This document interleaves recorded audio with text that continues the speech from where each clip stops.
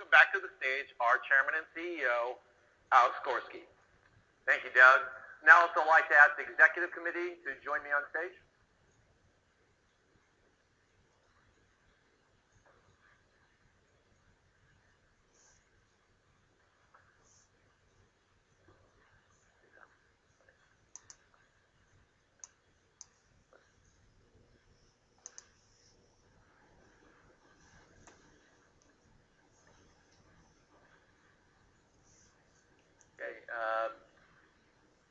Number 3, please. Microphone number 3. Thank you, Mr. Gorski.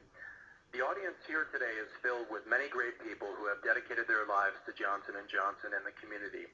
I very much admire that. I've been coming here for several years now, and I continue to come because I continue to suffer every year from the long-term effects of LEVAQUIN. Over the past 6 months, there have been many news stories about LEVAQUIN in major cities across the country. This distinguished board has the scientific credentials to help initiate medical research to help lessen our suffering. Over the past several years, there have been news stories showing the company's actions are sometimes not consistent with the values of the Credo. The Credo is your moral compass. It puts the needs and well-being of your patients first. There have been news segments not only about LEVAQUIN, but also health issues surrounding mesh implants, Risperdal, and metal-on-metal hip implants. Many patients have suffered long-term physically, emotionally, and financially. And this in turn has caused the Johnson & Johnson brand to suffer. In closing, the question that I have is, with everything that's been in the news over the past 5 years, with all due respect, what would your reaction be if this happened to you? If you had lost your health and were not able to be in the position that you are currently in, number 1, what would your reaction be? And number 2, what would you do, if anything, to try and raise awareness? I would appreciate a heartfelt reply. Thank you very much for your time and consideration, Mr. Gorski. Mr. Fratti, thank you very much. We appreciate you attending this year's meeting. I'm certainly sorry to hear of your condition. And we do work very closely with the FDA in the development of all of our products, ensuring that we achieve the right balance of both efficacy and safety. Consistent with our Credo, we're absolutely doing that in an appropriate manner. And when our products don't perform as we would expect them to do, we try to resolve them in a manner that is with the best interests of all the stakeholders in mind. So I cannot speak to your specific situation, but I would be happy to sit down with you as we have after previous meetings and continue the conversation. But again, I would reiterate that throughout Johnson & Johnson and all of our sectors, patient safety and their health and well-being is absolutely our top priority. Thank you.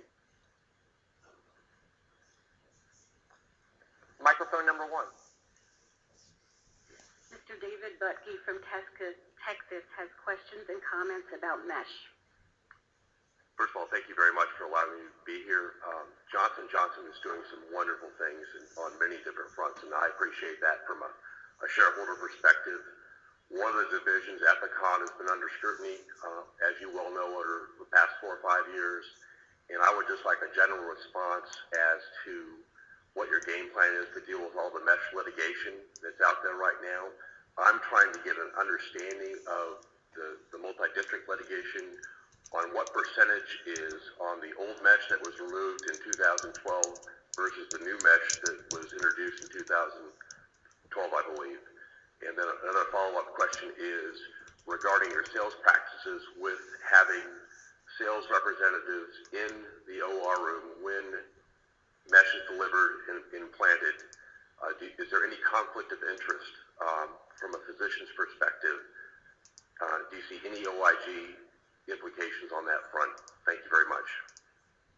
Well, David, thank you for your question. And, we certainly have a lot of empathy for women who are suffering from pelvic organ prolapse, stress urinary incontinence, and other similar conditions.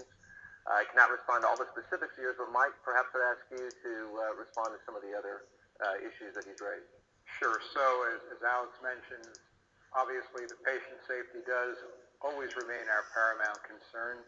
With respect to some of the specifics of your questions, We do disclose in our public filings, the 10Q and the 10K, as to the amount of litigation.